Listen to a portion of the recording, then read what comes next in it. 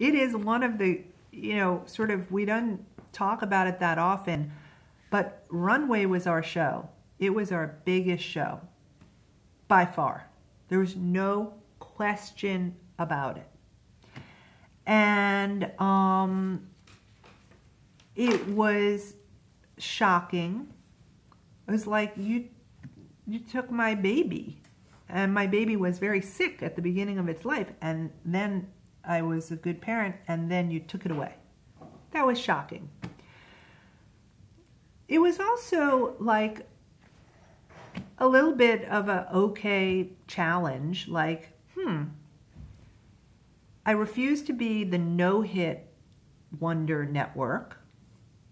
I really refused to be the one-hit wonder network, which was Queer Eye.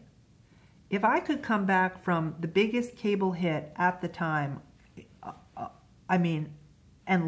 basically we lost Queer Eye to ourselves. No one took it away. It went away. It just didn't work after a while.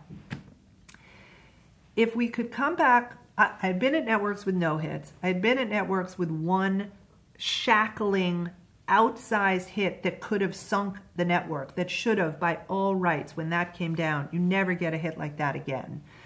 I managed to, have the luck, fortitude, team, ideas of a second enormous hit. And by that point, it was like, well, we're going to have to do this one more time. And it was almost as simple as that. It didn't help to be outraged. It didn't help to be hurt. We had litigated. We had drawn it out. We had given ourselves every defensive advantage we could. And what we knew how to do was, by that time, we were more practiced at making better and better shows.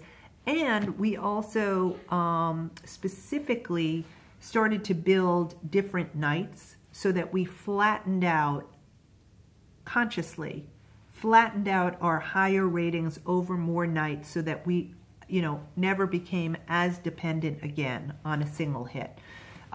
It was pretty nerve-wracking. Chef was very hard to produce the first season of. It was probably underfunded. My producers are going to either thank me or curse me for saying that. It was probably underfunded. We didn't realize what it would take to travel a show. Like, Runway was here in New York. It was in, Parsons. It was in a studio. Traveling the show, the nature of food, buying food, setting up the kitchen, like all sorts of tactical production things was extremely difficult. And we had no really seasoned, pardon the expression, TV stars in the judge and host lineup. So everyone was learning, season one, including the chefs, right? Like, it is artificial. You have a challenge. You have to do it on camera, under the lights. Your food is spoiling. You have to go shopping. You're very tired. You live in a house. Like, it was really the first iteration of that, sequestering, etc. And then that, to your point about the social digital element, really the great breakthrough there was the entire online show that happened simultaneously to the big show on TV, where the eliminated chefs had to compete one against the other for the right to return to compete on Top Chef, The Real Show. That came out of this brilliant Bravo digital auspice run by a woman named Lisa Shah. And it was all within this auspice called transmedia. We wanted to go seamlessly from TV to digital, digital back to TV, and it was all in the time where people were debating, could off-channel digital chatter recontribute to an analog rating? And we were like, not quite evolved into do a lot of tweets equal a lot of rating, because it was before true social media.